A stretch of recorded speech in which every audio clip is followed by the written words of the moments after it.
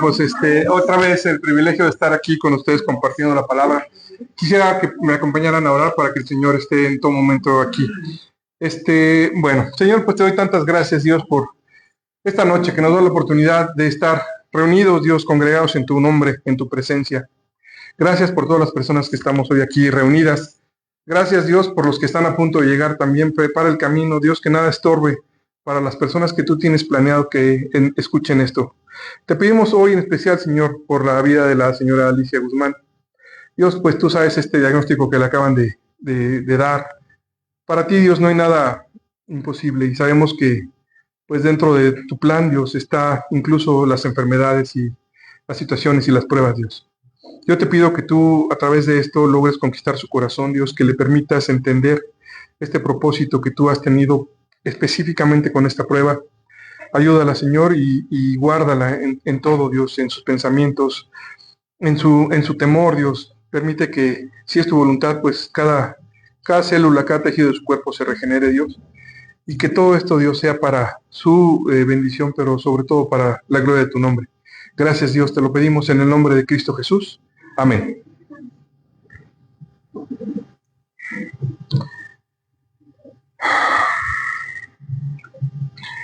Bueno, pues entonces vamos a empezar. El texto que vamos a estudiar hoy está en el libro de Apocalipsis, y lo cual me llena de mucha tranquilidad y confianza porque han estado viendo Apocalipsis con Carlos, ¿no? Entonces, pues ahorita van a ser todos unos escribas, doctos en la palabra. Entonces, cuando les pregunte, pues ya, no va a haber grillito ni silencio incómodo. Y nos vamos, por favor, entonces, al Apocalipsis capítulo 2. Capítulo 2, versículos del 1 al 7.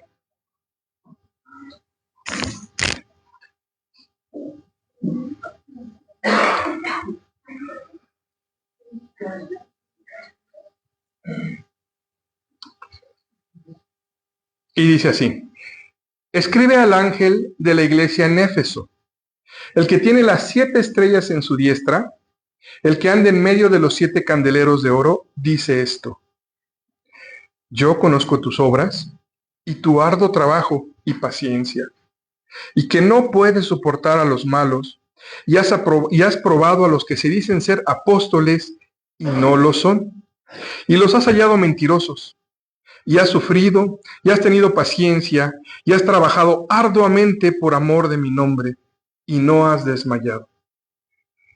Pero tengo contra ti que has dejado tu primer amor. Recuerda, por tanto, de dónde has caído, y arrepiéntete, y haz las primeras obras, pues si no, vendré pronto a ti, y te quitaré tu candelero de su lugar. Y si no te hubieras arrepentido, pero tienes esto, que aborreces las obras de los nicolaítas, las cuales yo también aborrezco. El que tiene oído, oiga lo que el Espíritu dice a las iglesias. Al que venciere le daré a comer del árbol de la vida, el cual está en medio del paraíso de Dios. Bueno, acabamos de leer una evaluación divina. Está haciendo Cristo un juicio. Aquí no habla un predicador, alguien que esté apasionadamente compartiendo la palabra. Está hablando Jesucristo resucitado y está examinando a esta iglesia. Y cuando el candelero. Vamos a llegar ahí en 2 minutos y te voy a explicar el significado. Sí. Miren, el hecho de que Jesús esté hablando cambia completamente el tono de la lectura. No estamos escuchando un consejo pastoral, estamos escuchando un dictamen del cielo. Entonces, para entender el peso de esta carta, debemos entrar primero en el contexto histórico de Éfeso. Éfeso no era una aldea irrelevante, era una de las ciudades más importantes del Asia Menor en el primer siglo. Para empezar, Éfeso era la capital administrativa de la provincia romana de Asia. Recuerden, no Asia lo que conocemos hoy, pero el Asia que era en el primer siglo. Era un centro comercial estratégico, puerto clave del Mediterráneo oriental. También era una ciudad próspera, ajá, había dinero, era culto, eran influyentes. Allí se levantaba el majestuoso templo de Artemisa. Los que se acuerden de la primaria, era esta una de las 7 maravillas del antiguo mundo, el templo de Artemisa. Por lo tanto, pues la idolatría no era marginal, ¿no? Era estructural, formaba parte integral de la ciudad. La economía giraba alrededor del culto pagano, claro, y la presión cultural era constante. Ahí sí, cómo te vistes, qué andas, qué lees, a quién frecuentas, era lo que te marcaba, tenías un estatus. Ajá. Recuerdan en el capítulo 19 del libro de Hechos, nos narra que Pablo empieza aquí en esta ciudad, una iglesia que fue muy poderosa. Ajá. Pablo estuvo enseñando en esta ciudad más o menos 3 años y ocurrió un avivamiento extraordinario. En esta ciudad había muchos practicantes de magia negra. Y en este avivamiento que produce Cristo a través de Pablo, de repente todos se juntan, todos estos magos y adivinos, y traen sus libros, vayan ustedes a saber qué tipo de libro, y los queman delante de todos. Y algo que a mí me llamó mucho la atención, la Biblia menciona que el precio de los libros quemados fue de 50,000 piezas de plata. Y la verdad, por pura curiosidad, ahora que tenemos tantas herramientas modernas, me dediqué a ver cuántas serán 50,000 piezas de plata, porque podían ser, ¿no?, botoncitos o lingotes, no sé. Pero no, las piezas de plata suelen entenderse como dracmas o denarios, es lo mismo. Y esto equivale al salario de un día de una persona. Ajá. Entonces, imagínense, 50,000 piezas son 50,000 días de salario. Esto es brutal, o sea, son 137 años de trabajo. Y si, bueno, le preguntamos a la Secretaría del Trabajo hoy, ¿cuánto es el salario mínimo? Son 315 pesos. Entonces, por 50,000 son 15,752,000 pesos. Lo que en una sola ciudad quemaron para la gloria de Dios. O sea, esto es increíble, ¿no? Bueno, el Evangelio, cuando fue predicado, impactó la economía de los fabricantes de ídolos y los hechiceros. Evidentemente, o sea, les quitó esta forma de subsistir, sí, y pues la ciudad se estremeció, evidentemente. No fue una iglesia débil, fue una iglesia forjada en fuego espiritual. Esta iglesia creció y tuvo la doctrina más conveniente, más exacta de todas. Bueno, después de Pablo, la iglesia fue pastoreada por Timoteo. Y bueno, posteriormente, una tradición que es más antigua dice que el mismo Juan ministró un poco de tiempo antes de irse exiliado a la isla de Patmos. Entonces, literalmente, esta iglesia tuvo la mejor formación pastoral posible. Digamos, solo le faltó Charlie, ¿no? Para la cereza en el pastel. Entonces, no eran ignorantes, realmente conocían el Evangelio y tampoco eran superficiales, tenían bien arraigado esta herencia apostólica. Entonces pueden ver, realmente lo tenían todo bien. Y sin embargo, décadas después el Señor les dice, has dejado tu primer amor. Miren, hay que entender esto porque ya les dije, o sea, no era una iglesia hereje, no es una iglesia inmoral, no es una iglesia liberal, es una iglesia correcta, pero fría. Cristo comienza presentándose, el que tiene las 7 estrellas en su diestra, el que anda en medio de los 7 candeleros. Ahora sí, ¿qué simbolizan primero las 7 estrellas? ¿Los espíritus de Dios? ¿Los sacamos o le damos chance? No. ¿Alguien? ¿Otra? Lo acaban de ver, o sea, están en el Apocalipsis, muchachos. No. Son los pastores, son los encargados de estas iglesias, ¿recuerdan? Las estrellas son los pastores de las iglesias. Y ahora sí, los candeleros representan a las iglesias. Entonces, Sí, o sea, los candeleros, ya saben, Éfeso, Esmirna, Pérgamo, Tiatira, Sardis, Filadelfia y la Odisea. Estas 7 iglesias a las cuales está dirigida esta carta, ¿no? La imagen, esta imagen de los candeleros y las estrellas, comunica autoridad y cercanía. ¿Por qué? Porque dice que él sostiene a los líderes. Ajá, él camina en medio de la iglesia, está hablando de Cristo. No observa desde lejos, sino examina desde dentro. Es decir, la iglesia puede impresionar a las personas. Ajá. Ay, miran, qué organizados. Pero no impresiona a Cristo, porque Cristo es cercano, Cristo está presente. Y luego dice, yo conozco tus obras. En ese versículo, el verbo que se utiliza en griego es oída. Ajá. Es para conocer, quiere decir conocer. Y este término implica un conocimiento pleno, completo, no superficial, sino que es una percepción total y profunda, certera. Es decir, que a Cristo nada se le está escapando. Entonces, por eso enumera sus virtudes: arduo trabajo, paciencia, intolerancia al mal, discernimiento doctrinal, probaron a los falsos apóstoles y los identificaron, los hallaron mentirosos. Además de todo, resistieron, no se rindieron. Digamos que teológicamente no se desviaron. Escuchen esto con atención. Integridad no es lo mismo que amor.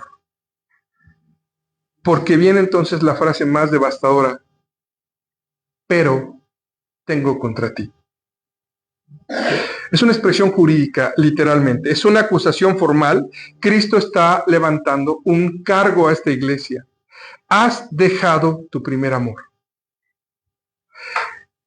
La palabra dejado en griego es afekes, con PH y K, que viene del verbo afemi, que implica abandonar, dejar, descuidar o apartarse de algo o de alguien. Materialmente implica abandonar una relación o compromiso. Así cuando dejas a la tóxica, ¿no? Afeques. La estás dejando, te alejas ya. No hay regreso, pues. Entonces, la palabra dejado no significa que se extravió accidentalmente, sino que el abandono fue deliberado. Ajá. No fue que el amor se evaporó misteriosamente un día, sino que fue reemplazado progresivamente. Se acostumbraron a Dios. Materialmente se acostumbraron a Dios. El primer amor no es una emoción juvenil, sino es la prioridad absoluta, el deleite en la persona de Cristo por encima de la obra que hacemos para Cristo. ¿Me expliqué? Esa es estar enamorados de Cristo por quien es y no por lo que hacemos para Él. Los cristianos en Éfeso se han acostumbrado a Dios. Pero ¿qué creen? Hoy también. Y creo que hoy estamos más acostumbrados a Dios que nunca. Hoy tenemos muchas herramientas para estudiar, para analizar, para comprender. A mí me encanta usar de verdad la inteligencia artificial para hacer exégesis en los versículos. La palabra, el origen, la raíz, si es en griego, si es en hebreo, por qué la utilizó. Y está así al toque de un botón. Tenemos Biblia en múltiples versiones, todas las que quieran, ¿no? Aplicaciones en el teléfono, o sea, ya no hay excusa, pues. Predicaciones en video, literalmente puedes ver una y otra y tomar tus notas. Hay teología sistematizada, conferencias, seminarios, en fin. Pero el problema es que la familiaridad ha producido en nosotros insensibilidad. Hablamos acerca de la cruz, literalmente sin temblar. Hablamos de la sangre derramada de Cristo sin estremecernos. Miren, discutimos la doctrina con precisión académica, pero con un corazón que está seco, que se está secando. Nos hemos acostumbrado a la presencia, nos hemos acostumbrado incluso a la gracia. Como iglesia, tal vez estamos produciendo contenido constante, pero escasea el quebrantamiento genuino. Defendemos la doctrina en redes sociales, pero hemos perdido nuestro primer amor. Esto que estamos viviendo es Éfeso en el siglo XXI. Fíjate cómo Cristo no les dijo, hey, tienen mala doctrina, Les dijo, han dejado el amor. Alguna vez me tocó discipularme, muy breve tiempo, pero me tocó discipularme con una persona, un verdadero anciano de la iglesia que tenía una disciplina brutal en sus discipulados.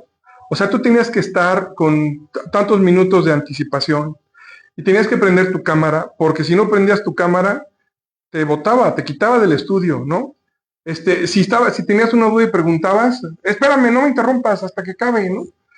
Y ahí tienen a los pobres, a los pobres discípulos en el carro poniendo su cámara, y un día le dije, oye, está bien padre, pero la disciplina sin amor se convierte en legalismo. Y eso nos está aconteciendo ahorita. Una disciplina rigurosa, casi un orden militar. En el texto encontramos 3 palabras en imperativo. Recuerda, arrepiéntete y haz.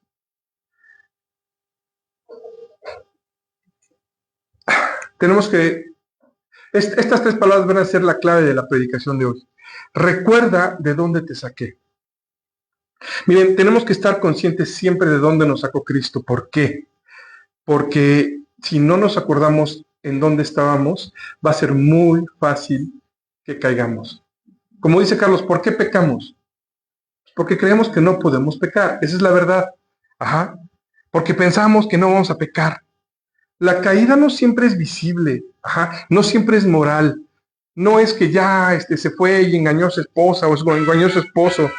La caída es interna y gradual. Es poco a poco. Miren, les pongo un ejemplo. Una persona que comete adulterio, pues no es que un día va en su oficina, ve a la secretaria y pues ya. No, esto fue gradual. Fue por lo que vas permitiendo. Buenos días. Y te contesta con una sonrisa, buenos días. Ya te quedó. Y de ahí al otro día te trae el cafecito, ¿no? Ay, licenciado, su cafecito.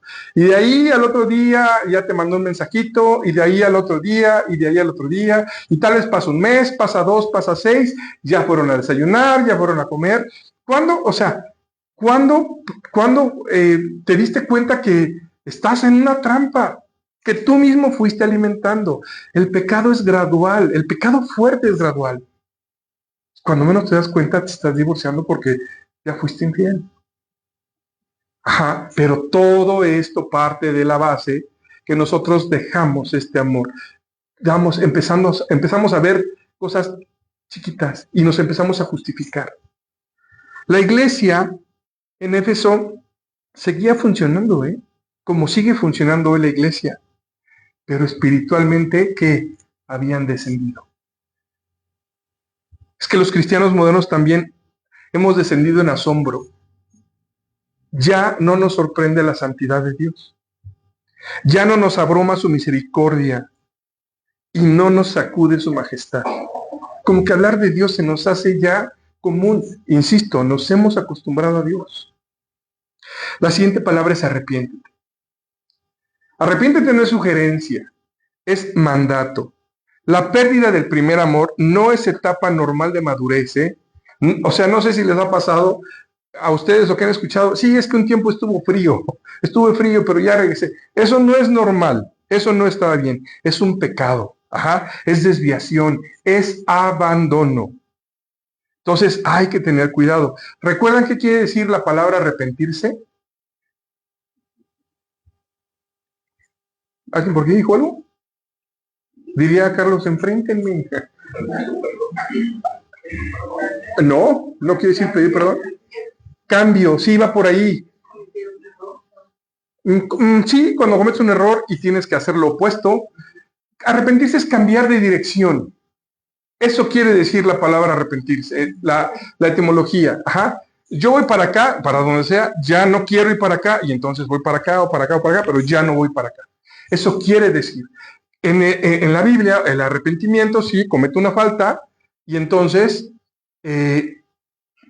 reconozco y no lo vuelvo a hacer, cambio de dirección. Y la tercera palabra, haz. haz las primeras obras. Fíjate cómo no dice, recupera el sentimiento, dice, vuelve a la práctica inicial. ¿Cuál era la práctica inicial? Seguramente oración intensa, dependencia real de Dios, devoción sincera, obediencia inmediata.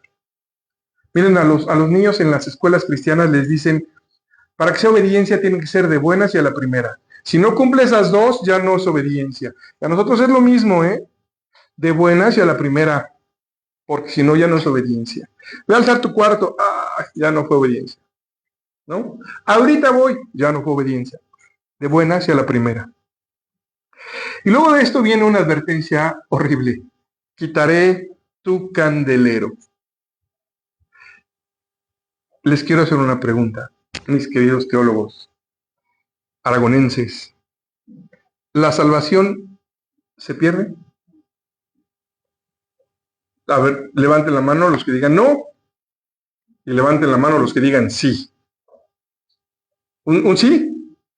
Un sí y todos no. Ok. La salvación no se pierde. ¿Por qué?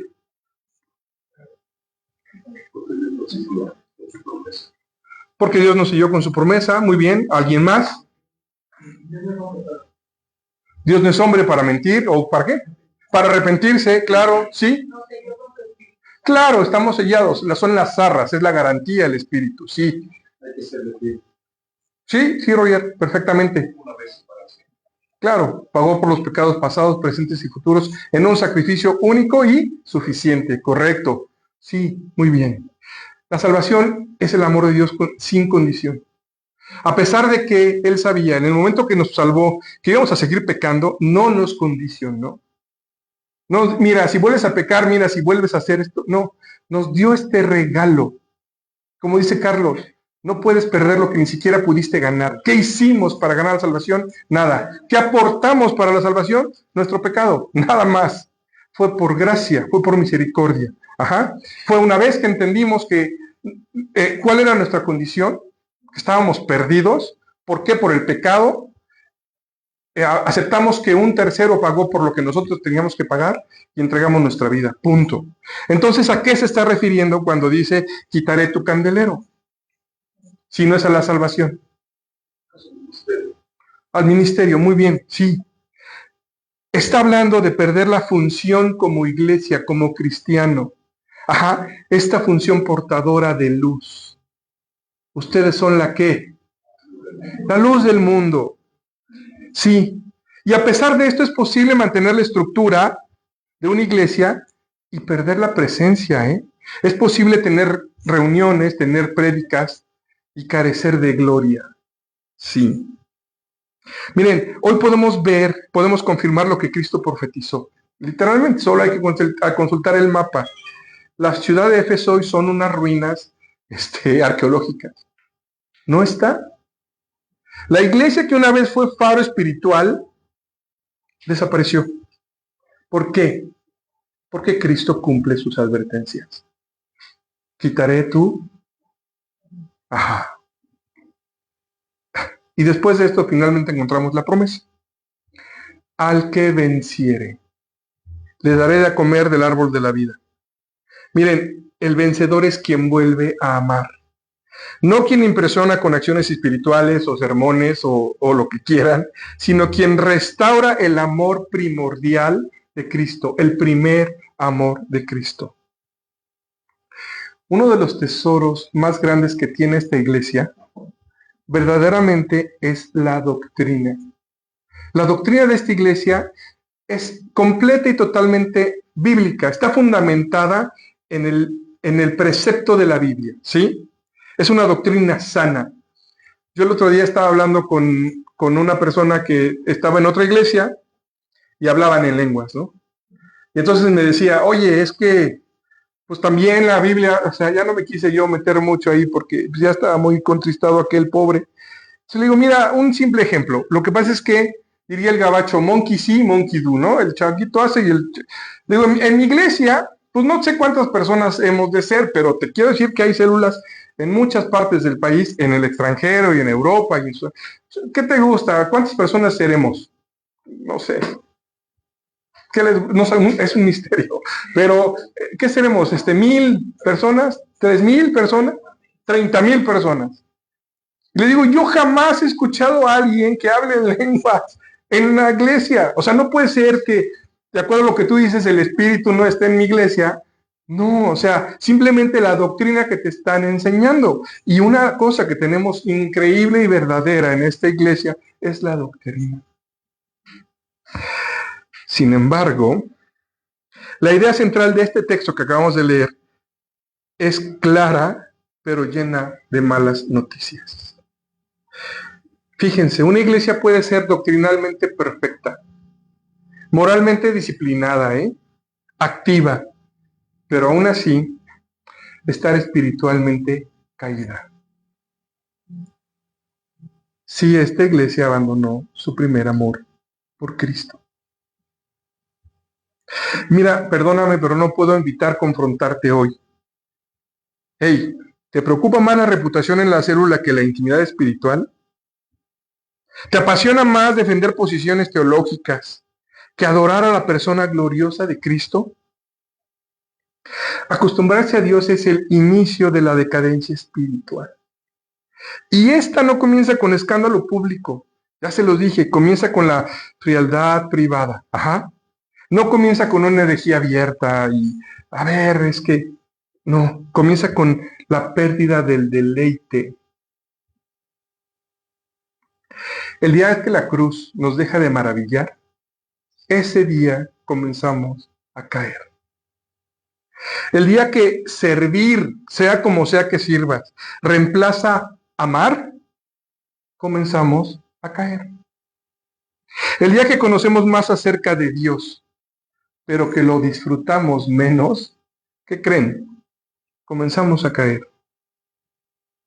Cristo está caminando en medio de su iglesia y aún hoy la sigue evaluando. El que tiene oído, oiga lo que el Espíritu dice a las iglesias. Miren, el problema de Éfeso no fue que dejaron de trabajar o que se desviaron de doctrina, o que empezaron a hacer cosas que no había mandado. No, el problema fue que dejaron de arder. Este amor por Cristo se fue enfriando. Y este es el peligro del cristianismo hoy en día. La sustitución del fuego por la eficiencia. Y con el tiempo, la estructura reemplaza la dependencia.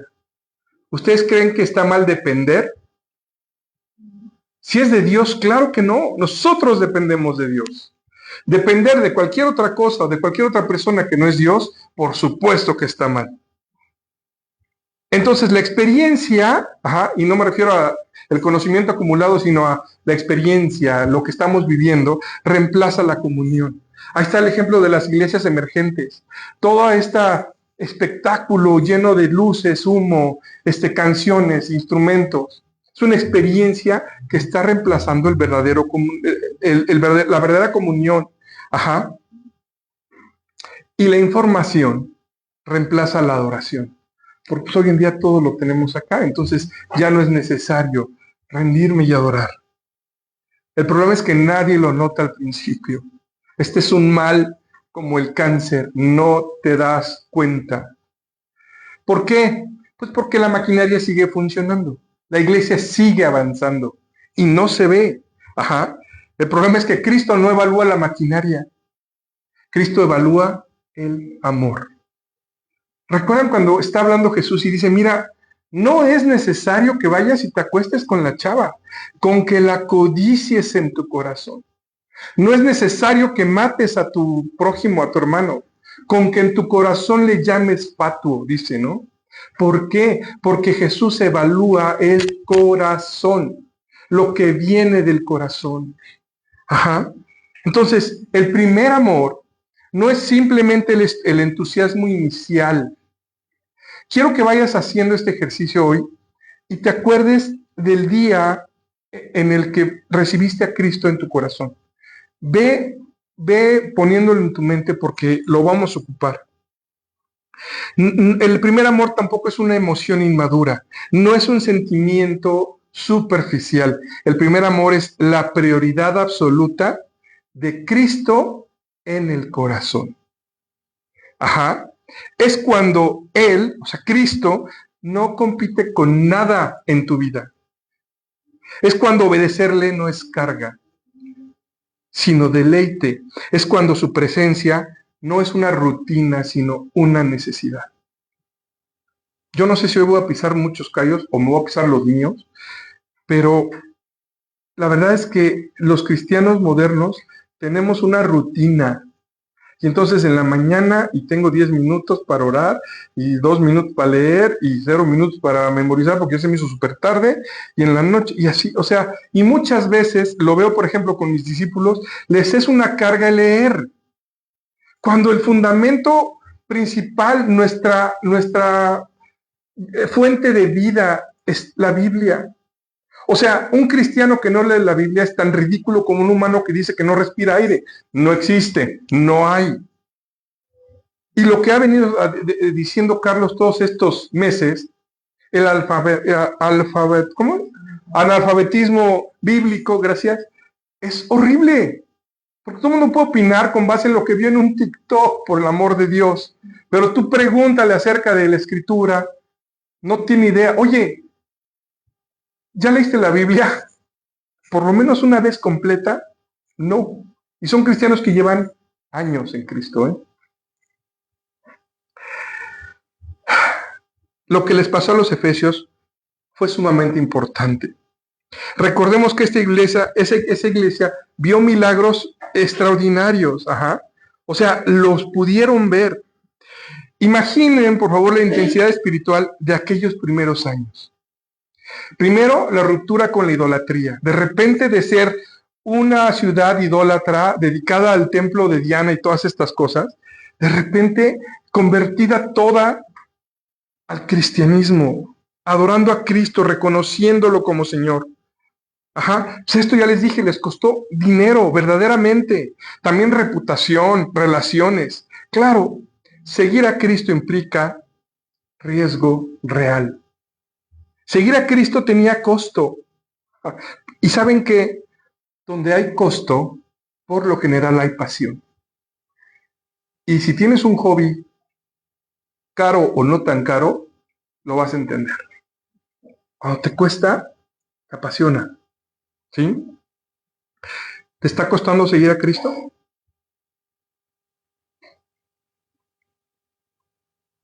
Si todo en tu vida está bien, si todo sigue igual, te tengo una noticia, algo estás haciendo mal. ¿Por qué? Porque no somos ciudadanos de este mundo. Se oye a cliché, pero no lo es. Nosotros tenemos que estar incómodos viviendo en este mundo, teniendo esta carne, viendo lo que vemos, probando lo que probamos y haciendo lo que hacemos. Nos tendría que incomodar cada hora que permanecemos en este planeta porque no pertenecemos a este planeta. Somos peregrinos, diría Pedro. Nuestra ciudadanía está en el cielo. Y ahí sí, bueno, relájate y lo que le sigue. Ahí sí. Disfruta, ya saben, la Biblia no menciona mucho acerca del cielo, pero sí dice lo que no va a haber. Y no va a haber dolor, no va a haber muerte, no va a haber llanto. No va a haber todas esas cosas que aquí todo el tiempo estamos viendo. Hace rato preguntaba Roger, ¿y qué onda con lo que está pasando en Medio Oriente? Pues lo que siempre ha pasado. Esto es el hombre sin Dios, queriendo establecer su ley, queriendo establecer su justicia, su moral, a la fuerza, ¿no? Matando a miles de personas. Si tú no estás teniendo este tipo de cosas en tu vida, estás haciendo algo mal y es tiempo de reflexionar. Ajá. No somos ciudadanos de este mundo. Ahora, seguir a Cristo te está costando. Qué padre, ¿qué te está costando? Porque si te está costando la flojera de vencer la flojera de leer o de, ay, qué flojera. No, eso no es lo que te tiene que costar. Mira, quizá te estoy pidiendo que cometas suicidio social. Ajá. Pero si verdaderamente el precio que estás pagando no tiene que ver con el rechazo de tu familia, el aborrecimiento de tus amigos del mundo, en tu trabajo, incluso tal vez estés más solo que nunca o más sola que nunca, algo estás dejando de hacer. El costo de seguir a Cristo es muy, muy alto. No todos están dispuestos a pagarlo, pero si estás dispuesto a la recompensa, bueno, no la podemos imaginar. Si hoy te pido que pases a contarnos tu testimonio, ¿qué es lo que vamos a escuchar que has tenido que entregar por este amor? Piénsalo así. ¿Realmente puedes decir, yo dejé esto, yo hice esto, yo por Cristo? El problema de Éfeso fue que el costo se había normalizado. La fe se institucionalizó. Lo que comenzó como avivamiento se convirtió en tradición. Y la tradición se vuelve rutina.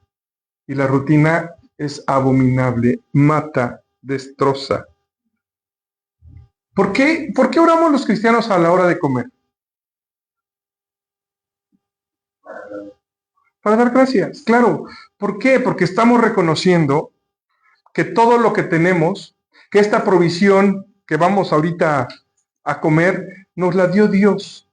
Ajá. No agradecer por la comida es dejar de ver esta provisión. Es dejar de recibir, de manifestar el cuidado que tiene Dios y decir que es por nuestra fuerza, que es por nuestra situación, que es por mi trabajo, porque soy muy bueno, ¿no? Los cristianos hoy en día han aprendido a convivir con lo sagrado, pero sin ser transformados por lo sagrado. Yo he escuchado muchas veces en la oración, casi, Señor, bendice lo que me acabo de comer, ¿no? Y listo, o sea, le estamos quitando el peso a lo que verdaderamente tiene sentido. Sabemos las palabras correctas, sabemos las respuestas doctrinales, bueno, no, eso me queda claro. Sabemos cuándo decir amén, pero la familiaridad está anestesiando nuestro asombro. La exposición constante sin obediencia produce insensibilidad y eso es lo que nos estamos haciendo. Los cristianos se están haciendo insensibles y estamos tal vez haciendo nuestro tiempo devocional, tal vez orando, tal vez vienes a la predica y todas las personas que te rodean en tu casa, en tu trabajo, tus vecinos, ya los ves, pues ni modo, cuando te vas a ir al invierno, buenos días, se acabó, ya así de plano estamos. Ajá. Esto es una de las cosas que los jóvenes han perdido hoy y esto es horroroso. Miren, la globalización y el acceso que nos da todo lo que tenemos hoy, la agenda de este mundo han hecho que los jóvenes pierdan la capacidad de asombro. Yo tuve la oportunidad de estar mucho tiempo en Estados Unidos y cuando pude ir de donde yo vivía a Nueva York, pues fue un viaje que me aventé por carretera, porque quise hacerlo por carretera y quería ir conociendo. Y cuando llegué, pues vi la isla, ¿no? De lejos. Sí se veían los edificios así padrísimos, ¿no? La ciudad de lejos. Pero cuando llegué, o sea, yo sí parecía así, inguito, ¿no? Viendo a los edificios, honestamente. O sea, volteaba, olvídense, o sea, de verdad me impresionó. Llegó la noche y cuando me fui al Times Square, donde están, ya sabes, todas las marquesinas y las luces y Broadway, o sea, yo estaba, no podía dejar de tener asombro, estaba con la boca abierta, porque a pesar de que ya había vivido mucho tiempo en Estados Unidos, nunca había visto esto, ¿no? Bueno, pues el día que pude llevar a mi hija, pues ahí me tienen yo recordando esta parte, ¿no? Ay, no, ahorita cuando sea noche y vamos a las mascotas y las botargas y las luces.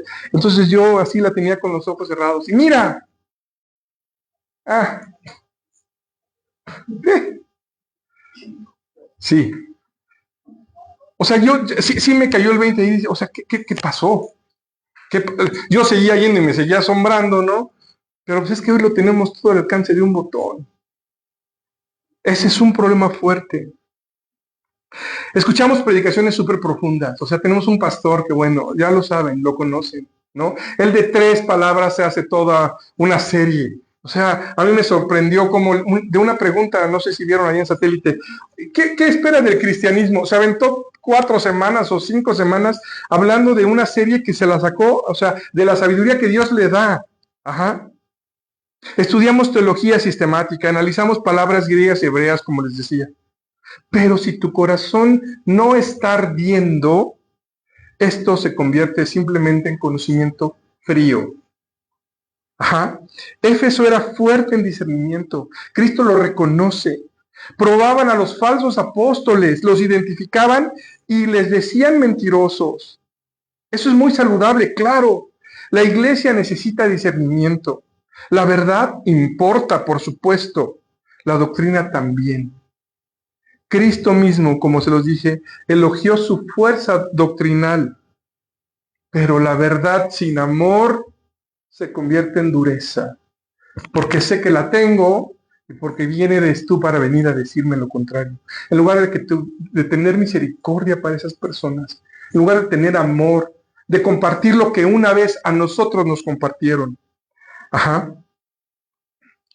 El apóstol Pablo, años antes, había advertido algo acerca de esta misma iglesia, y es de verdaderamente ridícula cómo se conectan los puntitos en la Biblia. A ver, vámonos por favor al libro de Efesios, precisamente, a esta carta que les está mandando. Y en el último versículo de esta carta, el capítulo 6, versículo 24, escribe: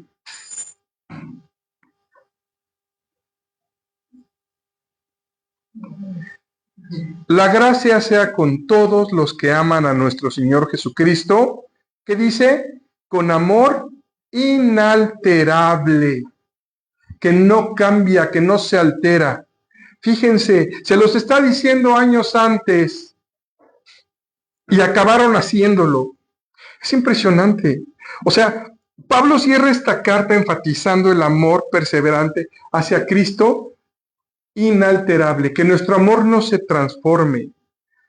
Claro, décadas después el Señor dice, han dejado su primer amor. La teología permaneció sin duda, ¿eh? Sin embargo, el amor cada vez fue más débil, cada vez fue más débil. Miren, hablándoles con claridad, el cristianismo moderno ha profesionalizado el ministerio. Han convertido la obra de Dios en una plataforma de desempeño que se puede medir por views, por likes, por números, por el impacto digital. Es una iglesia próspera, es una iglesia que tiene muchos likes. Un pastor bueno es un pastor que está visto en muchas plataformas. Híjole, ¿qué mide Cristo? Lo hablamos la clase pasada. ¿Por qué? La prédica pasada. No, bueno, sí me traicionó. ¿Por qué vamos a ser evaluados en el tribunal? Nosotros los cristianos. Hay esperanza, gracias. Sí, por cuánto nos parecimos a Cristo. Nada más. ¿Y qué evalúa Cristo? Cristo evalúa el amor, ¿sí? Entonces, se pueden llenar auditorios, pero estar vacíos de ese fuego. Podemos llenar y producir las redes, y producir contenido, pero carecer de comunión. Se puede tener una reputación doctrinal perfecta, pero perder esta intimidad con Dios. Y esto es acostumbrarse a Dios. Y es algo que no nos puede pasar. No podemos perder la capacidad de asombro de lo que Dios hizo una vez con nosotros. Acostumbrarse a predicar acerca de Él sin hablar con Él. Acostumbrarse a cantar sin adorar. Acostumbrarse a servir sin depender. Acostumbrarse a defender la fe sin disfrutar al Salvador. Por eso cuando Cristo dice, recuerda, es un mandato profundamente teológico. La memoria espiritual es el instrumento de restauración. Recordar no es nostalgia. Ay, qué bonito, eran esos tiempos. Es comparación objetiva. ¿Dónde estabas cuando Cristo era tu tesoro supremo? cómo orabas, cómo obedecías, cómo te dolía el pecado, cómo anhelabas su presencia. Una de las cosas de las cuales el ser humano tiene mucha necesidad es la necesidad, satisfacer la necesidad de sentirnos perdonados. No sé si les pasó, pero el día que yo acepté a Cristo en mi corazón, lo que más recuerdo es esa sensación de que el peso de todos los años que mi pecado producía, que mi maldad producía, por primera vez me fue quitado de encima. Y yo respiraba y yo decía, gracias Dios. O sea, todavía no entendía la gracia, todavía no entendía el cielo, todavía no entendía la salvación, pero lo que sí pude entender es esa liberación, ese peso que Jesús estaba quitándome de la espalda.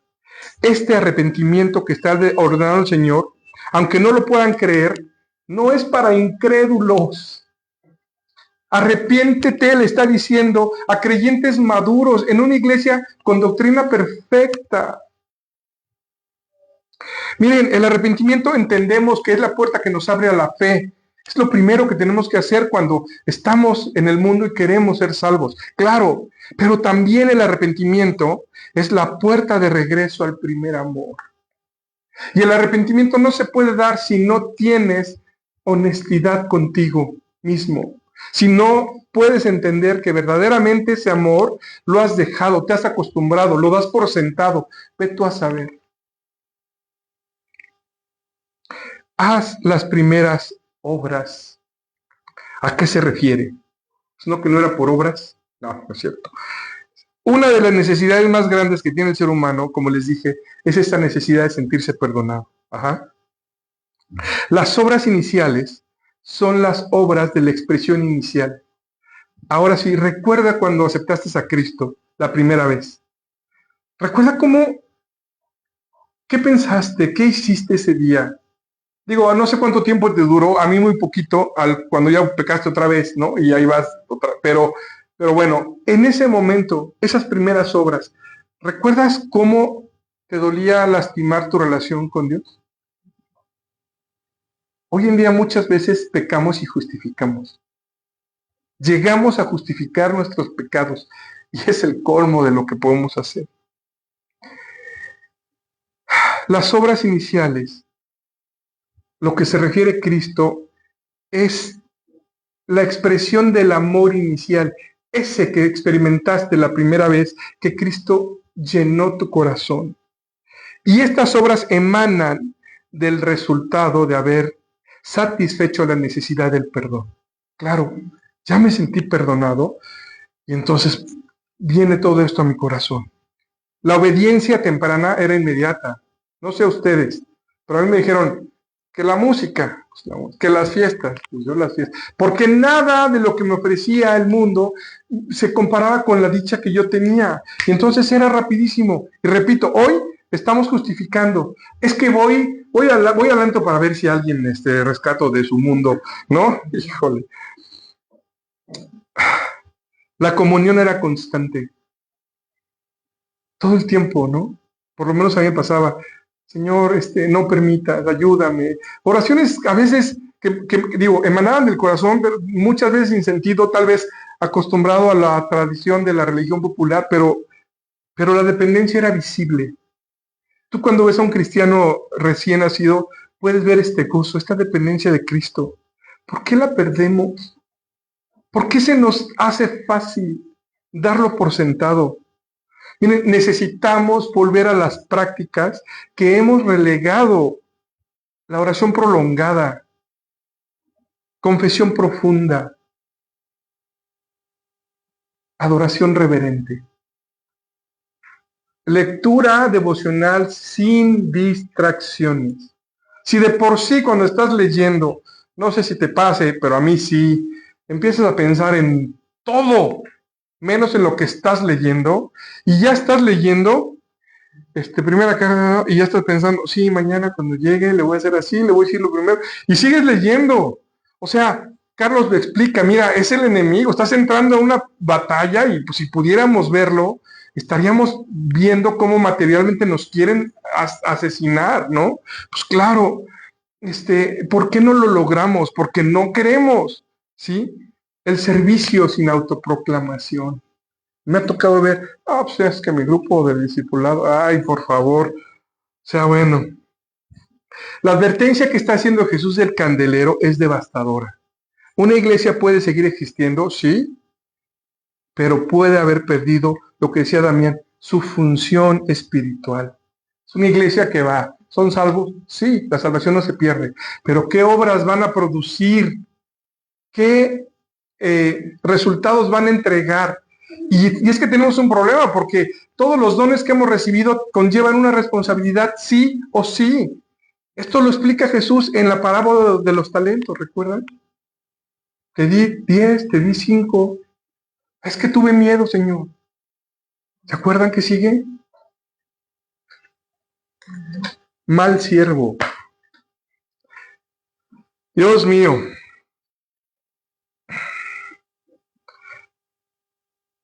Podemos seguir existiendo como iglesia, podemos seguir caminando como cristianos, pero perder la luz. Y muchas células tienen esto, desafortunadamente. ¿Por qué Cristo nos hace semejantes a la sal? ¿Por qué dice, ustedes son la sal de la tierra? ¿Por qué? ¿Qué tiene que ver la sal en todo esto? ¿Vale? ¿Principio? Insípido, o sea, con sazón, sabor, más o menos. ¿Alguna otra idea? La luz la entendemos, ¿no? Está en las tinieblas y nosotros alumbramos. No nosotros, Cristo en nosotros. ¿Por qué sal? ¿Alguna vez se han preguntado?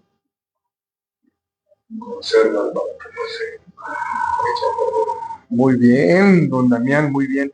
Efectivamente, en ese entonces no hay refrigeradores. Si tú quieres conservar algo, lo salas. Ajá, y es un proceso establecido donde salas la carne y la pones al sol y eso se queda el tiempo que quieras. Literalmente hacían cecina. ¿Por qué nos dice que somos la sal? Pues porque nosotros evitamos la putrefacción del mundo. Ajá, a eso estamos destinados. A evitar que el mundo se pudra, literalmente. Cristo está caminando en medio. Si el amor desaparece, la sal se hace insípida. La sal no sirve para nada. ¿Cómo vas a evitar que alguien se pudra si ni siquiera lo amas? El problema es que si la sal se hace insípida, también nuestro objetivo, ser la sal, y entonces somos siervos inútiles.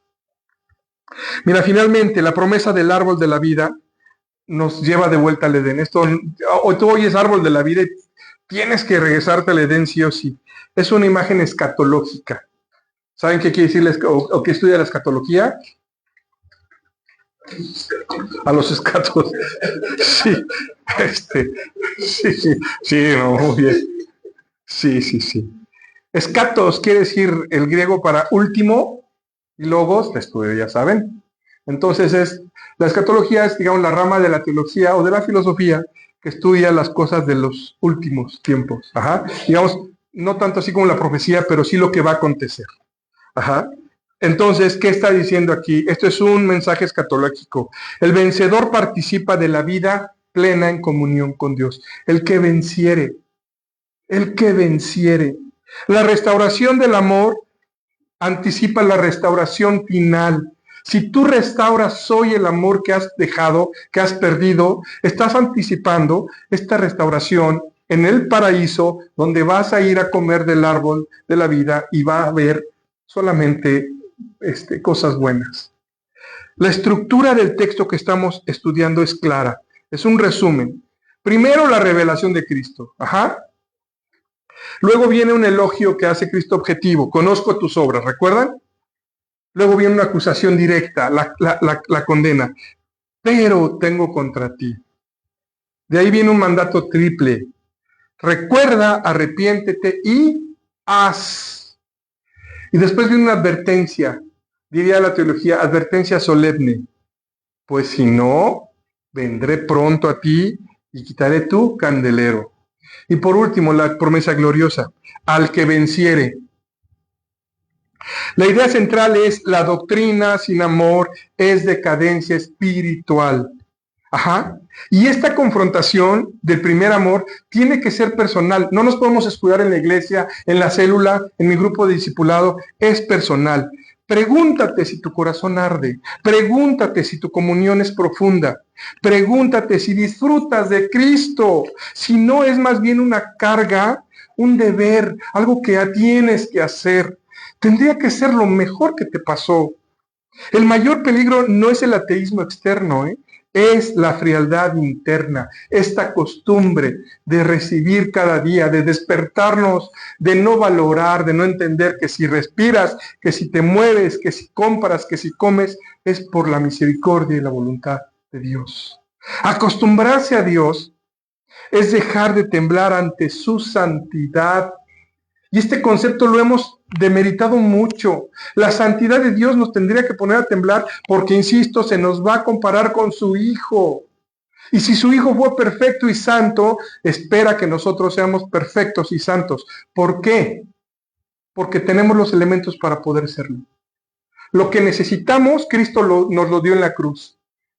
¿Necesitas paciencia? Ya te la dio en la cruz, solo que no la quieres apropiar. ¿Necesitas fuerza? ¿Necesitas misericordia? ¿Necesitas amor? Todo eso te lo dio Jesús en la cruz. No tenemos excusa para enfrentar el juicio. Ajá. Acostumbrarse a Dios es dejar de asombrarse ante su gracia. Es dejar de quebrantarse ante su cruz. El que tiene oído, ¿qué? Oiga. Oiga lo que el Espíritu dice a las iglesias. Ajá. El problema central no es emocional, es un problema teológico, porque cuando el amor por Cristo disminuye, la teología se convierte en información sin transformación. Y aunque suene a la 4T, la mente sigue creciendo mientras el corazón se enfría. Es necesario ser transformados. Ajá. Y esto es especialmente peligroso para los cristianos maduros. Esto les pasa a los cristianos que tienen mucho tiempo en Cristo. Porque los cristianos inmaduros, los que son recién nacidos, bebés en la fe dirían, suelen luchar contra el desorden. No, ya no tengo que ser así, ya no tengo que estar acá, ya no tengo que ir a estos lugares, ya no tengo que decir, ajá, es desorden. Pero los cristianos maduros luchan contra la frialdad. Ya me importa, ya con que yo vaya, ay, ya, por favor. Los cristianos inmaduros luchan contra la ignorancia, estamos queriendo saber más y más. Es que no sé esto, es que no sé aquello. Los cristianos maduros luchan contra la rutina. Ay, otra vez. Y lee el discipulado y la prédica. Ay, este tema ya me lo dieron. Ay, sí, o sea, nos volvemos así. Éfeso ya no estaba aprendiendo los fundamentos, los dominaba. Ya no estaba descubriendo la doctrina, la defendía, literalmente se echaban un quién vive, ajá, y ya no estaban estableciendo identidad, ya la tenían, eran hijos de Dios. Y precisamente ahí se infiltró el peligro. ¿Por qué? Porque el amor inicial tiene algo que el conocimiento acumulado suele perder. Repito, la dependencia. Nos vamos haciendo dueños de nosotros mismos y entendemos que porque yo soy, que porque yo predico, que porque yo hago, que porque yo memorizo. Y perdemos esa dependencia con Dios. Ajá. Este es el diagnóstico que está dando Cristo. No dice, han dejado la doctrina, dice, han dejado el amor. El verbo está hablando en singular. Si leen, dice, has dejado. No está hablando a la iglesia, dice, has dejado. Aunque claro, se dirige a la iglesia, el mensaje penetra o debe penetrar a cada creyente. La iglesia es fría porque los individuos que la conforman se enfriaron. Ajá. Hemos desarrollado una cultura cristiana cómoda, ¿sí? Todo lo ajustamos. Es que me discipulo a estas horas porque a estas horas salgo del trabajo. Es que a estas horas memorizo porque me queda bien. O sea, queremos conformar a Cristo a lo que nosotros podemos, queremos o se nos da la gana, cuando tendría que ser al revés. Recuerdan, no os conforméis a este siglo, sino que transformaos, transfórmense, no se hagan a la forma del mundo. Y es que escuchamos tanto acerca de la gracia que ya no nos quebranta. Escuchamos tanto acerca del perdón que cuando sucede y lo vemos no nos asombra. Escuchamos tanto acerca del amor de Dios que ya no nos consume, nos estamos acostumbrando a Dios. Nos estamos acostumbrando. Y el peligro de acostumbrarse a Dios no es que dejemos de creer, esto no va a suceder, sino que dejemos de maravillarnos. ¿Cómo vas a hablar de lo que no te extasía, de lo que no te apasiona? ¿Con qué pasión vas a ir a predicar? Vas a hablar de la persona que te salvó y lo que costó tu salvación. Cuando el amor ya no es total, algo lo ha desplazado. Puede ser la reputación. No, pues es que ¿cómo crees? Yo aquí en mi trabajo. Vayan a decir que el licenciado ya es cristianito, no vayas a... Ajá. Puede ser la estabilidad económica. Mira, habemos personas que hemos dejado trabajos por el amor a Cristo. Puede ser la comodidad. Ay, híjole, es que aquí estoy bien cómodo y la serie que viene está buenísima. Incluso puede ser teología, cuando se enfoca solo en el conocimiento. Salud. Éfeso era celosa doctrinalmente. Ajá. Cristo dice, los elogio porque aborrecen las obras de los nicolaitas. Doctrinalmente estaban alineados con el corazón del Señor, pero afectivamente estaban distantes.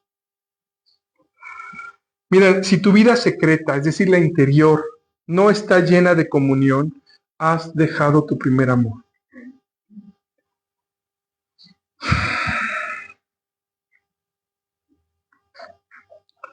Cuando el amor se apaga, la luz se atenúa. No necesariamente de inmediato, pero sí progresivamente. Les voy a dar un checklist que es muy importante para saber en qué estado se encuentra tu primer amor. Por favor, contéstate tú solito. Solo tienes que hacerte estas preguntas. ¿Realmente arde tu corazón como al principio? ¿Buscas a Cristo por quién es o por lo que ha hecho por ti? ¿Disfrutas su presencia o te cuesta trabajo entrar en comunión con Él? ¿Logras vencer esos distractores para entrar en esa comunión? ¿Te conmueve su gloria más que tu servicio, el que sea que des? Acostumbrarse a Dios, transforma la relación en costumbre, y cuando la relación se convierte en costumbre, el amor se reduce a formalidad. Ajá. No basta con trabajar, no basta con saber, no basta con resistir. Debes amar. Porque cuando el amor se pierde, todo lo demás pierde sentido. Ajá. Puedes hacer todo correcto, pero si no tienes amor, todo se queda sin sentido. Y cuando el amor se restaura, por el contrario, todo lo demás se vuelve a encender. Esta es la urgencia del texto, la advertencia para Éfeso y la advertencia para nosotros. Esta carta no fue enviada a un individuo aislado, sino a la iglesia establecida con historia, con trayectoria, con legado. Ajá. Y esto hace el mensaje más incómodo. Claro, los nuevos creyentes arden fácilmente. Todo es nuevo, todo te sorprende, vas descubriendo, todo impacta. Llegas a un lugar donde las personas oran por ti, te preguntan cómo estás, se interesan. Pero los creyentes antiguos corremos el riesgo de convertir todo lo extraordinario en ordinario. La cruz deja de ser escándalo, y me refiero al buen sentido, a cómo se escandaliza el mundo, y se vuelve símbolo decorativo. Oh, bueno, eso es acostumbrarse.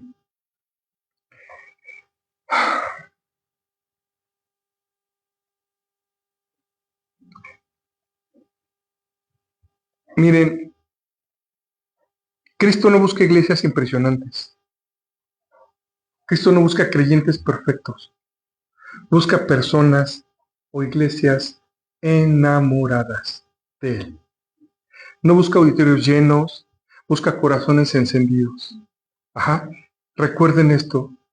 La pérdida del amor siempre es gradual.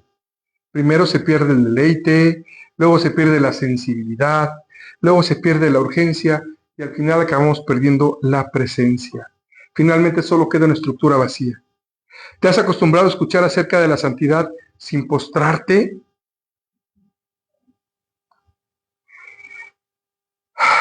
Tres palabras. Recuerda, arrepiéntete y haz.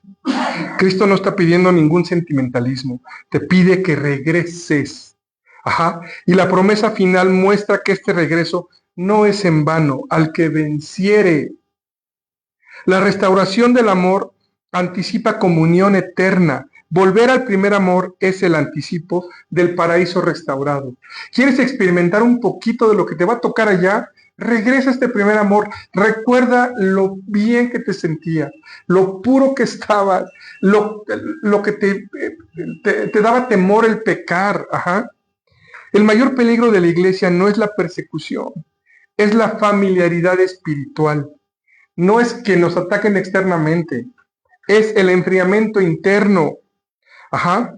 La pérdida del primer amor no es aislada, ese es un problema. Se expande y es contagiosa. Por eso el llamado es urgente. Si oras porque te toca, si lees porque corresponde, y si sirves porque implica responsabilidad, has perdido tu primer amor. ¿Amas a Cristo como al principio? Si la respuesta no es un sí ardiente, entonces el mandato es claro. 3 cosas. Recuerda, arrepiéntete y haz. Sí. Está hablando Cristo, el Cristo que resucitó, el Cristo glorificado, el Cristo que camina entre los candeleros, entre las iglesias. Ajá. El que ve todo, el que pesa todo y el que examina todo. Y cuando Cristo habló, la iglesia descubrió algo incómodo. Cristo no se impresiona con nuestra actividad. A Cristo le agrada nuestro conocimiento, no se impresiona, perdón, con nuestro conocimiento. Cristo ve algo más profundo, el corazón. Lo peor que le puede pasar a una iglesia es que Cristo se retire de ella. Por eso hay que aferrarnos a la esperanza que nos da.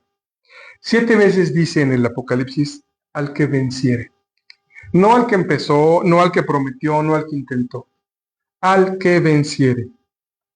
Ajá. ¿Tenemos oídos para escuchar?